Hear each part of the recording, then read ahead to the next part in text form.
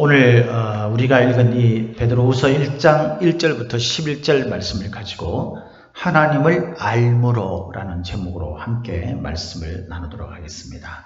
하나님을 알므로. 우리 신앙생활이라는 것은 사실 하나님을 아는 거죠. 하나님을 아는 거예요. 제가 자주 드리는 말씀 가운데 하나가 하나님을 안다는 것은 그저 우리가 지식적으로 아는 것을 의미하는 것이 아니라 하나님을 경험한다라는 뜻이라고 말씀을 드렸습니다. 그 알을 말하는 거죠. 그 하나님을 알 때 우리의 삶에는 신앙이라는 놀라운 능력의 역사가 일어나게 되는 것입니다. 요즘에 한국교회와 성도들은 그 신앙의 위기를 겪고 있는 것이 틀림없습니다. 코로나19로 인한 팬데믹 시대에 우리가 정말 신앙생활을 해나가기가 너무 힘든 상황이 됐죠. 그래서 상당히 많은 사람들이 신앙으로부터 떨어지는 사람들이 있고 또 하나님 앞에서 열심을 다했던 우리의 신앙이 굉장히 무기력해지고 나태해지게 되는 그런 결과를 지금 결과를 가지고 있는 그런 우리 성도들이 상상 밖으로 많이 있습니다. 이렇게 우리 삶에 신앙적으로 이렇게 신앙을 잃어가는 신앙의 위기를 겪고 있는 이 이유의 근본 원인이 뭘까요, 여러분? 주변 상황과 여건 이것이 우리에게 지대한 영향을 끼친 것은 사실이죠. 코로나19라든가 이런 영향을 끼친 요인들이 많이 있어요, 분명히. 그런데 여러분, 우리가 생각을 해보면 이것이 어떤 그런 소위 말해서 촉발시킨 어떤 계기가 됐을 수는 있겠지만 근본적인 원인은 사실 아닙니다. 왜냐하면 어려운 시대에 오히려 신앙이 더 견고해지는 사람도 있는 거거든요.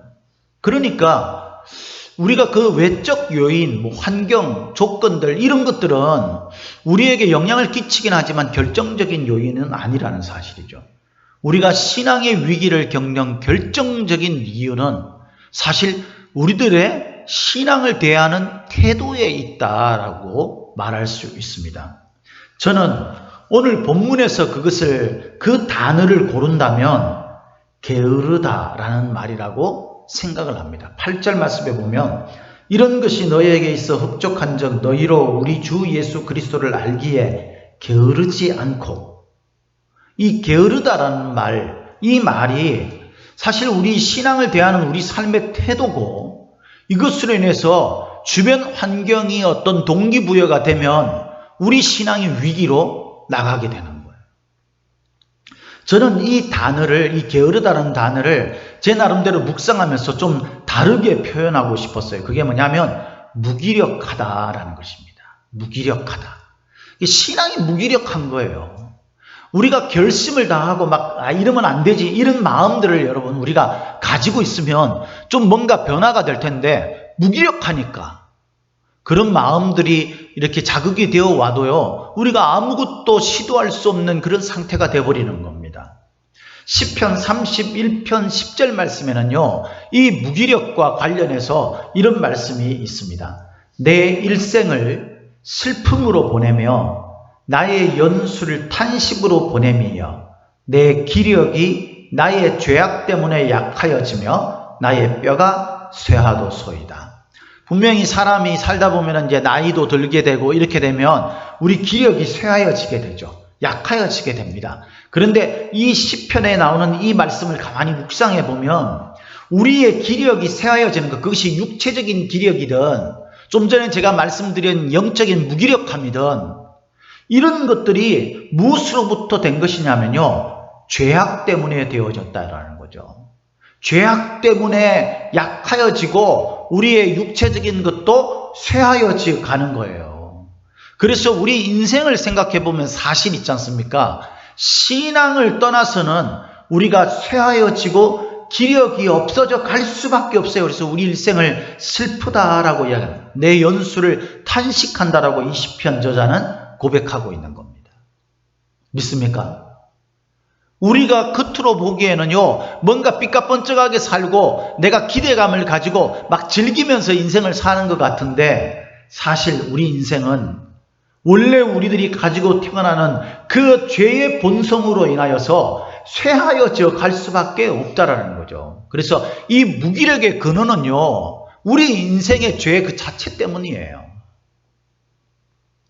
이것으로 인해서 우리는 신앙의 게으름을 가질 수밖에 없고, 그로 인해서 우리는 하나님 앞에서 사실은 이것으로 인해서 얻게 되는 껍데기, 쭉정이 같은 열매를 거둘 수밖에 없는 신앙의 위기로 갈 수밖에 없는 존재라는 것이 성경이 우리에게 말해주는 거예요.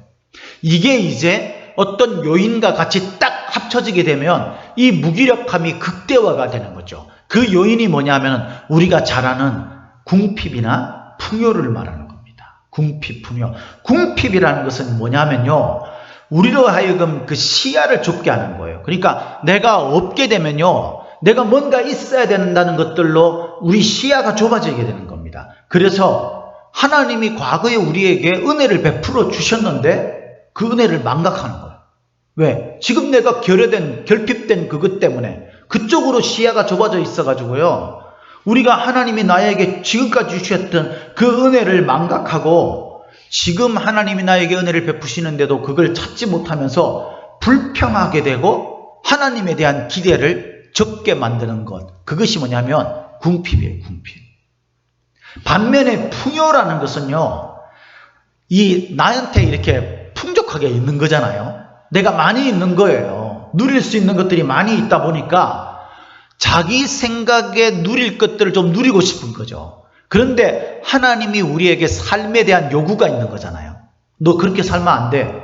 소위 말해서 검소하게 살아야 되고 겸허하게 살아야 되고 네가 오히려 베풀며 살아야 되고, 이런 것들을 하나님의 나라와 뜻을 위해서 네가 가진 것들을 써야 하고, 이런 것들이 요구되는 거예요. 그러니까 하나님의 요구와 내 삶의 그 방식, 내가 살아가는 삶에 대한 방식에 대해서요, 안 좋다 이렇게 생각하는 거죠.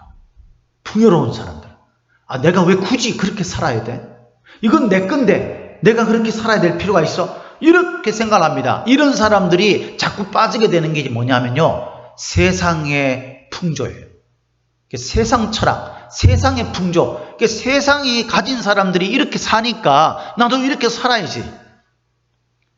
그렇게 사는 거예요. 요즘 같이 이런 시대에 뭘 굳이 교회에 대해서 신경 쓰고 그래. 지금 그럴 수 없는 시대니까 사람들이 그러는 것처럼 그냥 내가 가지고 있는 것들을 가지고 내가 어떻게 그렇게 내 삶을 그냥 이렇게 위로하면서 그렇게 사는 거야. 이런 세상 철학에 관심을 갖게 하고요, 잘못된 신앙관을 갖게 합니다. 기복적인 이런 그런 신앙관을 갖게 해가지고 나아가서는요, 심지어 하나님을 떠나게 만들어요. 왜? 내 삶을 내가 주도해서 살기도 부족한데 무슨 하나님에게 매여서 하나님이 요구하는 십자가를 지고 살라고 하는가, 이런 생각을 가지게 돼버리는 거예요. 그래서 여러분, 바울이 빌립보서 4장 12절에 뭐라고 이야기했어요? 내가 비천에 처할 줄도 알고 풍부에 처할 줄도 알아 모든 일에 배부르며 배고픔과 풍부와 궁핍에도 일체의 비결을 배웠노라 라고 말하는 게 정말 의미심장한 거예요. 우리 인생의 궁핍과 풍요가 자극이 되어지면 우리가 가지고 있었던 죄로 인한 우리의 게으름, 무기력함이 극대화가 되면서 세상 풍조에 우리가 쫓아가게 되고, 그러므로 말미암아 신앙의 위기를 겪고 마침내 신앙으로부터 떨어지는 그런 무서운 일이 생기게 되는 겁니다. 이 속에서 무기력함이라는 그것이 우리 인생에 정말 무섭게 역사하게 되는 거죠. 사람이 이런 이 무서운 이 무기력함, 이 게으름, 이것을 만나게 딱 됐을 때 있잖아요, 사람들이 보이는 태도가 세 종류로 나타납니다. 우리 8절부터 10절 말씀에 그렇게는 나와 있지 않지만 이것을 가지고 우리가 말씀 전체를 좀 생각하면서 추론해 보면 이렇게 생각해 볼 수 있어요. 우리 8절부터 10절까지 같이 한 목소리 읽도록 하겠습니다. 시작. 이런 것이 너희에게 있어 흡족한즉 너희로 우리 주 예수 그리스도를 알기에 게으르지 않고 열매 없는 자가 되지 않게 하려니와, 이런 것이 없는 자는 맹인이라 멀리 보지 못하고 그의 옛 죄가 깨끗하게 된 것을 잊었느니라. 그러므로 형제들아 더욱 힘써 너희 부르심과 택하심을 굳게 하라. 너희가 이것을 행한즉 언제든지 실족하지 아니하리라. 우리가 말씀을 읽으면 우리 신앙의 어떤 게으름이나 우리 신앙의 잘못된 부분들을 가지고 하나님께서 우리에게 권면을 하시죠. 그 권면의 말씀을 우리가 읽다 보면요, 우리한테 자극이 와요. 그래서 우리가 그 말씀을 읽으면서 우리 삶에 세 가지의 태도를 보입니다. 첫 번째는요, 불평하는 거예요. 불평. 나에게 궁핍함이 있거나 나에게 어떤 잘못된 일들이 일어나거나 아니면 내가 원하는 것이 아닌 하나님이 원하는 것을 자꾸 해야 될 때, 그때 우리에게 짜증이 생기는 거죠. 은혜를 잃어버리게 되면요, 일어나는 게 뭐냐면요, 짜증이에요. 신앙적인 권면이 우리에게 올 때에 듣기 싫어하는 거죠. 짜증을 냅니다.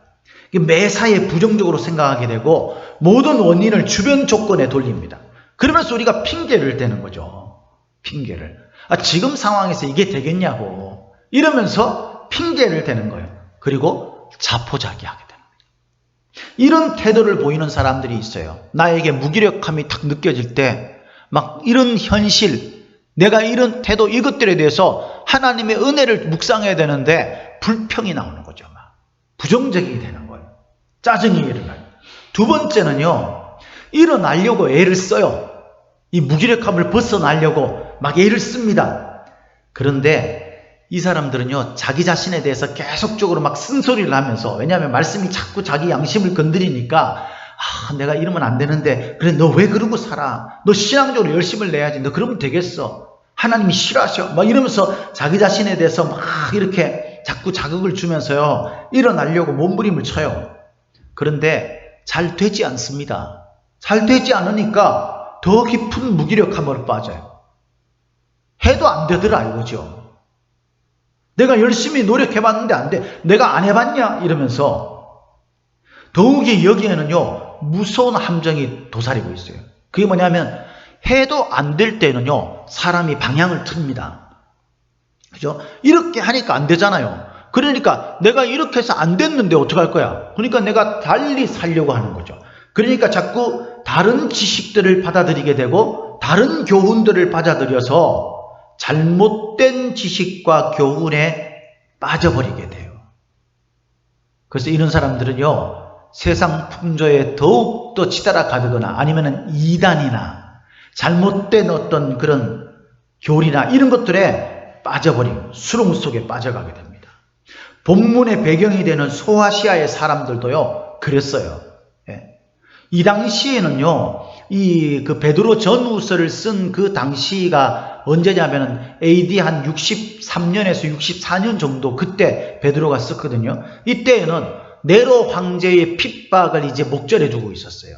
그것을 나름 영적인 계시로 받은 상태에서 이 박해가 시작될 것이라는 추정 속에 그것에 대해서 믿음을 굳게 지키고자 이렇게 하는 그런 어떤 권면, 이런 의도로 쓴 거예요. 근데 이 당시에 잘못된 이방 사상이 그 지역에 굉장히 팽배해 있었습니다. 이 지역이 베드로 전서에 보면은 1장에 뭐로 나와 있어요? 뭐 갑바도기아, 뭐 갈라디아, 이런 지역이라고 그랬죠. 그래서 그 지역에 있는 그 소아시아, 여기는 이방 지역이거든요. 그쪽에 있는 헬라 철학, 이런 것들이 굉장히 팽배해져 가지고 그 지대한 영향을 끼친 학파가 있었는데, 그 학파가 에피쿠로스 학파라는 거예요.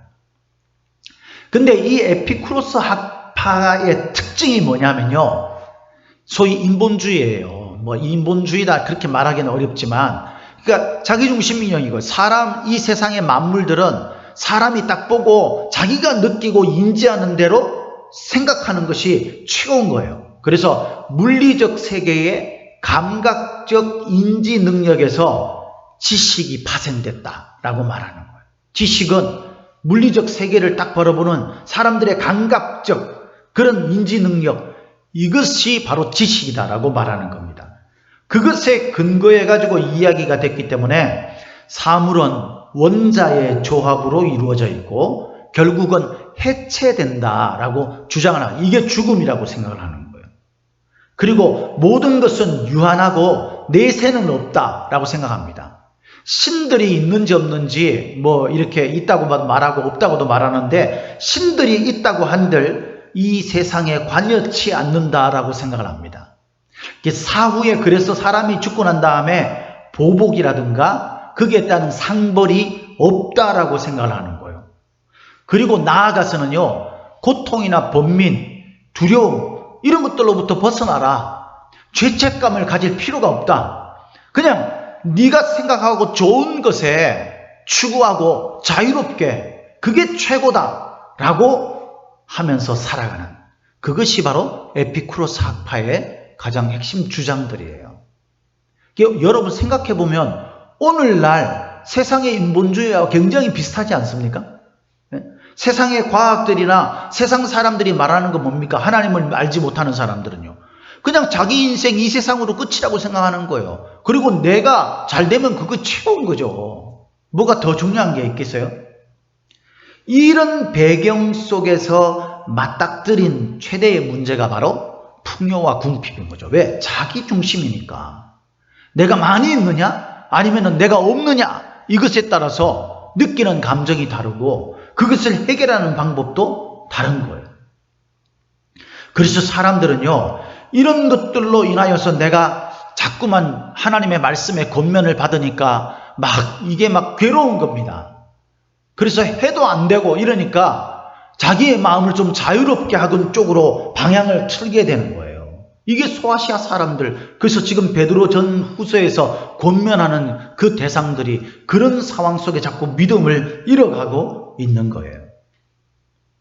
세 번째 모습은요, 이도 저도 아니고 그냥 아무 생각 없이 하루하루 그냥 흘러가는 대로 내버려 두는 거예요. 저와 여러분들 가운데도 그런 마음을 가진 사람들이 있지 않습니까?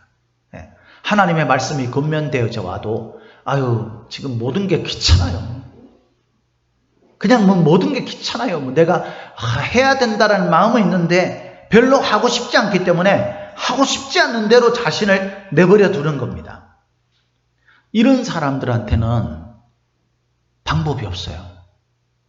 여러분, 방법이 없다는 말이 정말 무서운 말입니다. 그 사람이 신앙적으로 회복하고 하나님의 은혜로 다시 서는 그런 방법이 없다는 거예요. 왜? 이 사람은 아무 시도도 하지 않기 때문에. 내가 신앙에 대한 자극조차 없는 거예요. 그냥 이렇게 지금 상황이 이러니까 나 어쩔 수 없는 거야 이러면서 그냥 시간이 흘러가는 대로 내버려 두는 거예요. 이것을 오늘 본문에서는요, 게으르다라는 말로 표현하는 겁니다. 이 무기력함을. 8절에 게으르다라는 말이 헬라어로 아르구스라고 되어 있는데 이거랑 동의어가 있어요. 동의어.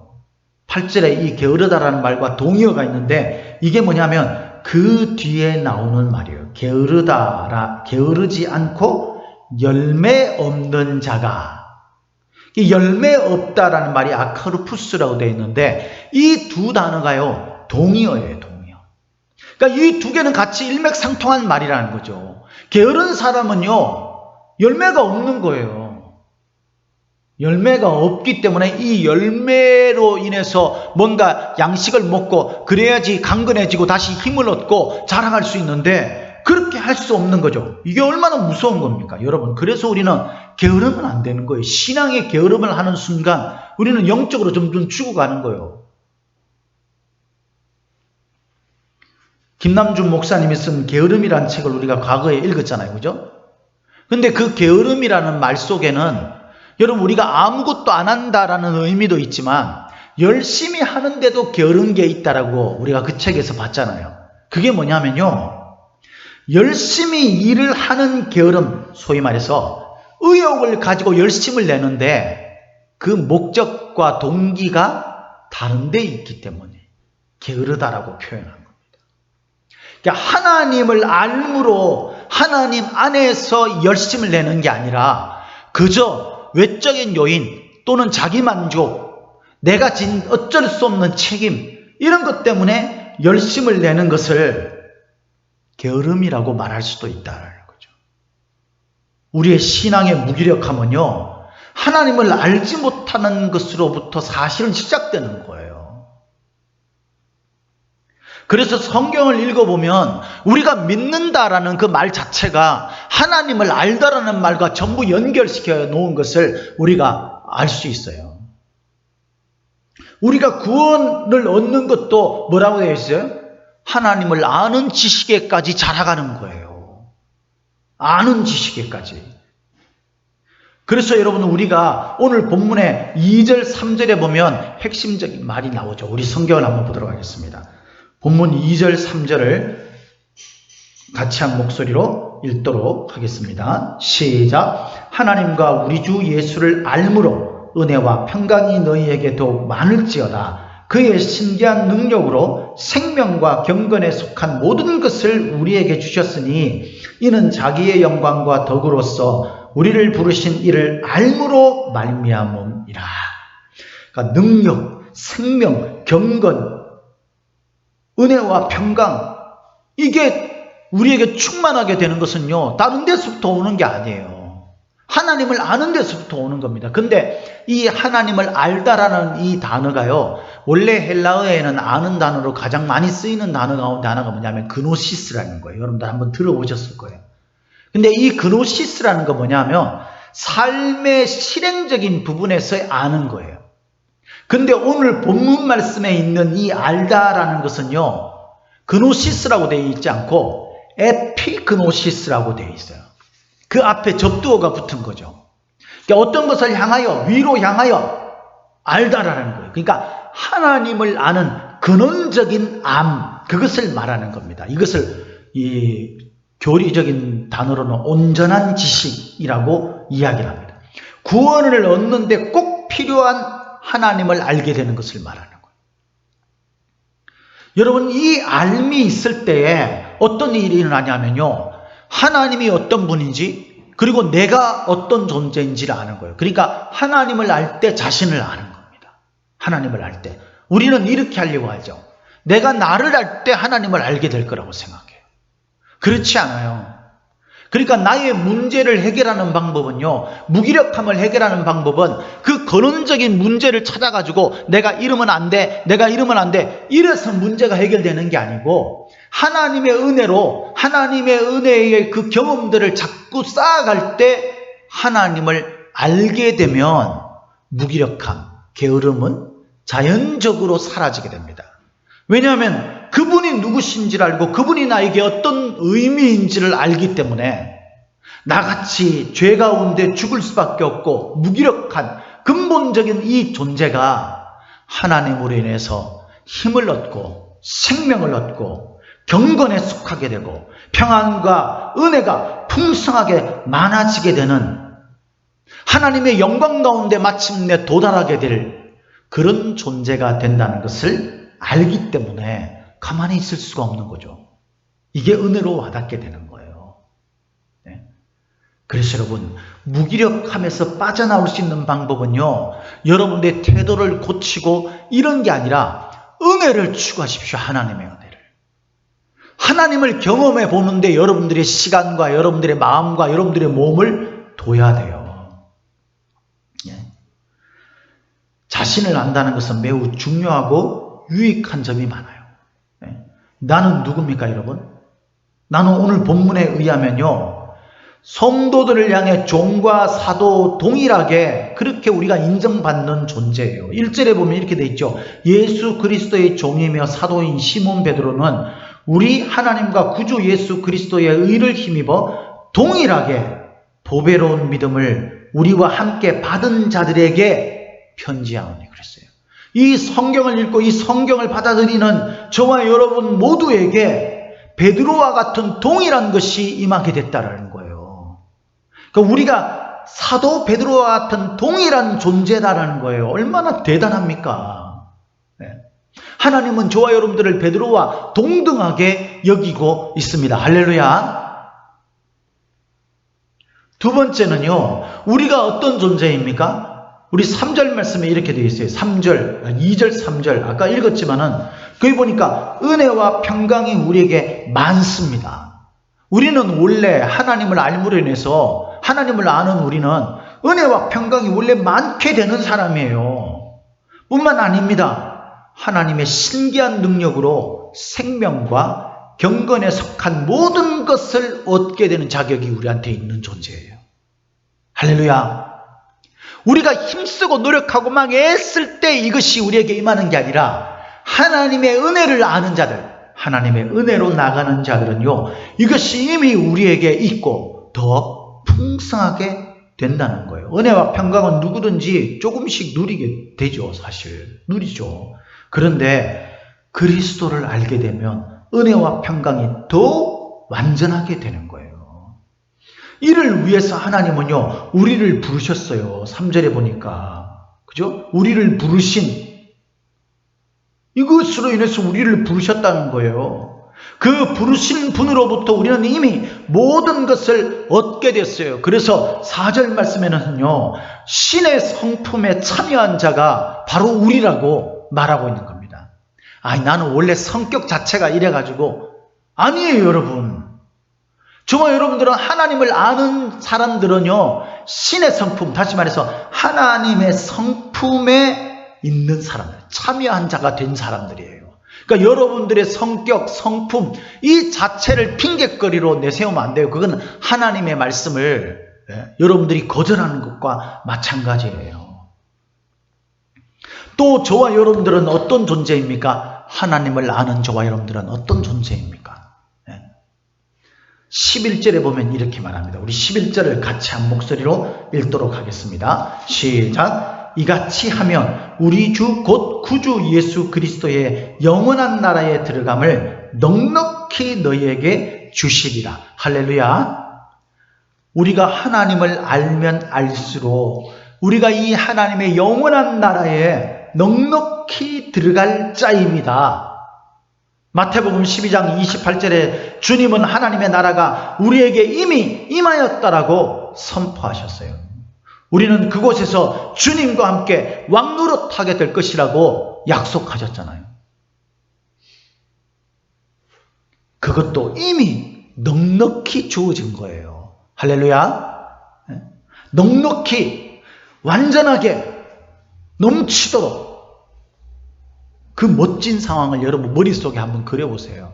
천군 천사와 함께 빛나는 주님의 그 보좌에 우리가 둘러섰고 악한 마귀가 괴멸되어지고 우리가 승리의 나팔을 불며 주님이 예비하신 영광의 면류관을 다 받아쓰고요. 주님이 마련하신 처소에 우리가 평안과 기쁨의 완전함으로 그렇게 누릴 영원한 시간. 이걸 여러분 우리가 자꾸 묵상하게 되면 은혜가 임하죠. 은혜. 그 은혜가 임하게 되면 하나님을 알아가게 되는 거예요. 하나님을 알아가게 되는 사람은 이미 우리가 베드로와 같은 사도와 동등한 그런 자격을 얻은 사람이고 보배롭고 지극히 큰 약속을 하나님에게 받아서 우리가 그 신기한 능력으로 생명과 경건에 속한 모든 것을 얻게 된 사람이고 하나님이 우리를 위해서 마련해 두신 영원한 나라에 넉넉히 들어갈 자가 바로 저와 여러분이라는 사실을 깨닫게 된다는 거예요. 그러니까 여러분, 하나님은 이미 우리에게 이렇게 주셨어요. 우리가 스스로 자꾸 자기 변명에 빠져서는 안 되는 거예요. 나는 이것 때문에 안 되고 저것 때문에 안 되고. 성경에 어디 그렇게 돼 있습니까? 우리가 이것 때문에 안 되는 일이 있다고 성경에 말씀하셨어요. 하나님의 약속, 하나님의 능력은 천지 만물에서 방해할 것들이 없다라고 말씀하셨잖아요. 아유, 나는 그걸 받을 만한 자격이 없어. 아니에요. 그것도 핑계거리가 되지 못해요. 사도행전 2장 38절에 베드로가 설교하면서 이렇게 얘기하죠. 베드로가 가로되 너희가 회개하여 각각 예수 그리스도의 이름으로 세례를 받고 죄사함을 얻으라. 그리하면 뭐를? 성령을 선물로 받으리라. 할렐루야. 삼위이 되시는 하나님을 선물이 뭡니까? 조건 자격을 따지고 주는 게 아니에요. 그건 보상이죠. 선물은 그냥 주님이 주시는 거예요. 예수 그리스도의 이름으로 우리가 자신을 돌아보면서 하나님 앞에서 하나님의 이름으로 세례를 받는 사람은 성령이 이미 우리에게 선물로 주어진 사람들입니다. 그래서 바울은 에베소서 2장 8절에서 이렇게 말하죠. 너희가 그 은혜를 인하여 믿음으로 말미암아. 그 은혜를 인한 믿음이에요. 우리의 노력으로 인한 믿음이 아니라 하나님이 주시는 은혜로 인한 믿음, 다시 말해서 믿음도 선물로 받은 거예요. 그 믿음 때문에 우리에게 무엇이 저절로 따라오게 됐냐면 구원을 얻었나니, 이것이 너희에게서 난 것이 아니요 하나님의 뭐라 그랬어요? 선물이다 그랬어요. 구원도 이미 우리에게서 하나님의 선물로 주어진 것입니다. 에베소서 3장 7절에는 이 복음을 위하여 그의 능력이 역사하시는 대로 내게 주신 하나님의 은혜의 선물을 따라 내가 일꾼이 되었다 그랬어요. 하나님의 은혜의 선물을 따라 우리가 일꾼이 된 거예요. 주님의 뜻에 따라 합당하게 사용되는 거예요. 우리의 자격, 우리의 어떤 능력, 우리가 이런 능력이 있기 때문에 그게 아니에요. 내가 인간적으로 보니까 나는 아무 능력이 없어. 저 사람은 저런 것도 잘하고 이 사람은 이런 것도 잘하는데 나는 생각해보니까 잘하는 게 하나도 없어. 아무 상관이 없습니다. 하나님은 그런 저와 여러분들에게 은혜로 일꾼이 되게 하셨어요. 할렐루야. 오늘 임명이 이루어졌는데 여러분 코로나19를 작년에 올해 한 게 아무것도 없죠. 내년에 이 코로나19가 전반기에 그래도 이제 마무리될 갈 것으로 믿습니다. 그렇게 될 때 우리가 해야 할 일들이 많이 있잖아요. 여러분 이게 여러분들에게는 어떤 의미로 느껴지십니까? 내년에 우리는 어떤 신앙생활을 할까요? 우리 교회는 어떤 모습을 띠게 될까요?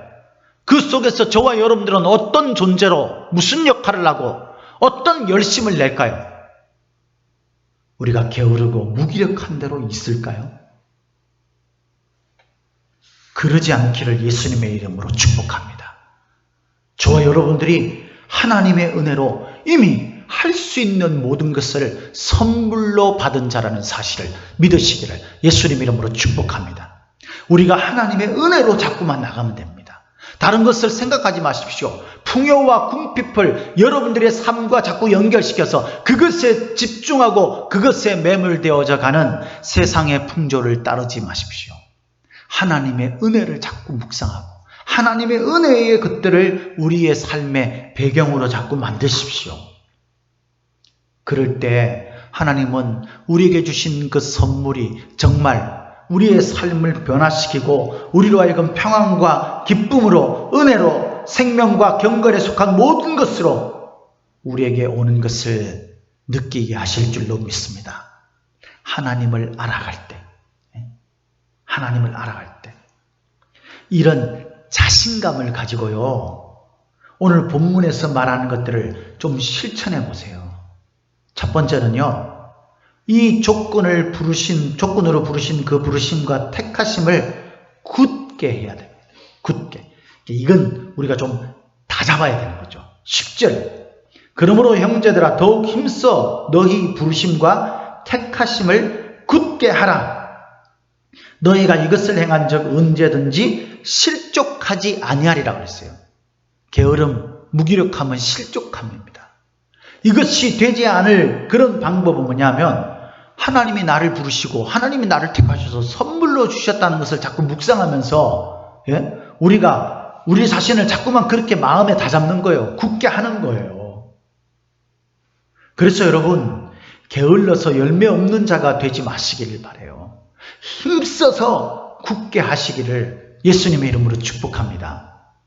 두 번째로는요. 첫 번째는 우리 하나님의 은혜, 우리를 부르신 택하신 그 선물로 주신 것을 자꾸 묵상하면서 우리 마음을 굳게 하는 거죠. 두 번째는 우리 좀 길지만 5절부터 7절까지 말씀이에요. 여기 보면 항목들이 나오잖아요. 믿음의 덕을, 덕의 지식을, 지식의 절제를, 절제의 인내를, 인내의 경건을, 경건의 형제 우애를, 형제 우애의 사랑을 더하라. 이건 분명히 점진적인 우리 신앙의 태도가 더해지는 것을 말하는 게 맞아요. 그런데 사실은 우리가 이 말씀들, 하나님이 주신 말씀들을 잘 읽어보면 전체적으로 성경을 잘 읽어보면요. 이게 전부 하나로 엮여진 것을 알게 됩니다. 덕이 뭡니까? 덕? 주님이 주신 믿음을 통하여서 경건의 훈련을 하게 되면요. 덕스럽게 되는 거예요. 모든 게 은혜예요. 은혜. 하나님을 알아가면 알아갈수록 은혜인 겁니다. 모든 게. 하나님의 은혜 없이는 살 수 없게 돼요. 그런데 이 하나님의 은혜, 다시 말해서 이 덕이 믿음의 실천적인 덕행으로 나타나게 되죠. 믿음의 실천, 실행, 그 덕스러운 행동으로 나타나게 됩니다. 그런데 하나님이 가르쳐주신 그 항목들, 다시 말해서 어떤 깨달음이 있는 지식, 그것들로 인해서 우리가 알게 되지 않으면요, 열정만 있게 되는 것이 되는 거예요. 그래서 여러분 반드시 뭐가 있어야 되냐면 하나님이 가르쳐주시는 지식들이 있어야 되는 거예요. 지식. 덕의 지식이라고 말하는 것들은 가치 있는 거예요. 가치. 여러분 이 지식에 근거해야 되고, 이 지식은 바로 아는 것을 말하는 거죠. 아는 것. 이 지식은요, 방만하게 세상 모든 것들을 아는 것, 저 사람은 해박한 그것이 아닙니다. 그렇기 때문에 지식에는요, 반드시 방만하게 흩어지지 않는 핵심적인 것을 아는 것이어야 하기 때문에 절제가 필요하게 돼요. 이 절제는 자신의 몸과 마음을 통하여서 욕망의 포로가 되지 않게 하기 위해서 훈련이 기본이 되어야 됩니다. 이 훈련은 어려움과 시련을 동반한다는 점에서 인내가 요청되어지고요. 인내는 주어진 조건 하에서 약속을 바라보며 겸손하게 견디는 거죠. 그래서 이렇게 잘 조율된 영혼의 질서가 결국 하나님과 사람을 향해 진정으로 잘 어우러진 예배와 섬김의 실천, 곧 경건으로 나가게 됩니다. 경건은 궁극적으로 훈련의 결과로 틀이 잡힌 삶의 형식을 말하기 때문에 경건한 자는 다른 사람들의 건강과 행복에 관여하게 됩니다. 그래서 돕고 협력함으로 형제우애를 만들게 되고, 이 형제우애는 하나님의 아가페, 다시 말해서 사랑이 필요하고, 그래서 이건 다 하나씩 점점점 나아가는 게 아니고 사실 하나로 묶여 있는 겁니다. 어떻게 해요? 하나님의 은혜, 다시 말해서 하나님을 아는 것이 깊어질수록 이렇게 되는 거예요. 저절로, 자연스럽게. 내가 이제 이것을 이루었으니까 그 다음에는 이것을, 물론 우리가 좀 이렇게 우리 자신을 훈련시키기 위해서는 그런 것도 필요하지만, 그러나 여러분 그렇게 굳이 깊이 생각할 필요 없이 우리가 저절로 그렇게 되는 거예요. 그리고 세 번째는요, 하나님에 대해서 자꾸 알아가고 이미 안 것을 잊어버리지 않도록 해야 돼요. 기억해야 합니다. 9절에 보니까 깨끗하게 된 것을 잊었느니라 이러죠. 잊는 것은요, 우리로 하여금 이 하나님의 은혜로부터 떨어지게 됩니다. 열매 없는 게으른 상태로 만들어버리게 됩니다. 그래서 하나님의 은혜를 자꾸 나눠야 돼요, 여러분. 내가 잊지 않기 위해서 어디다 써놓는 것처럼요, 여러분들이 기록도 좀 하시고, 또 형제 자매들과 같이 그 은혜를 자꾸 나눠야 돼요. 그러니까 간증도 좀 하셔야 돼요. 그래야 그게 자꾸 살아나는 거예요. 이렇게 여러분, 우리 마음속에 하나님을 아는 것으로 점점 나가는 그 은혜를 경험하게 되면 우리가 이런 삶들을 구체적으로 살아갈 수 있게 되는 거예요. 생선이나 조개와 같은 어패류에 보면 장염 비브리오균이 있죠. 그래서 이게 식중독을 일으킵니다. 그죠? 그 식중독이 굉장히 무서운 거죠. 그죠? 근데 이렇게 탈이 나기 쉬운 생선을 먹을 때 같이 곁들여 먹으면 좋은 게 있대요. 그게 뭐냐면 생강입니다. 생강. 그래서 횟집 이런 데 생강이 잘 나오죠. 그죠? 왜 그러냐면 독소를 빼주는 거예요. 이것은 경험에 의해서 생겨난 건데요, 과학적으로도 합리적인 사실이라고 인정된 거죠. 생강의 맵싸한 성분은 진저런과 쇼가우리 주성분이고, 이 향기 성분은 정유 성분으로 인해서 진기베롤, 감펜, 또 보르네올, 시트랄 등으로 구성되어 있다고 합니다. 이 정유가 매운 성분과 어울려서 장티푸스균, 그리고 콜레라균 이런 등 세균으로부터 막아주는 역할을 한다는 거예요. 썩어있는 세상에 우리를 보호해줄 자연스러운 소독제가 필요하죠. 코로나19의 이 팬데믹 시대에 우리의 신앙을 썩게 하는 세상의 풍조, 이 모든 것들로부터 우리를 보호해 줄 소독제가 필요합니다. 그게 뭡니까? 하나님을 아는 지혜예요. 하나님을 아는 것. 그 은혜 가운데 있는 것. 그런데 여러분, 생강은 쓰고 매워요. 그렇죠? 생강은 쓰고 매워요. 하지만 그것이 우리를 보호하는 지혜라는 걸 알아야 돼요.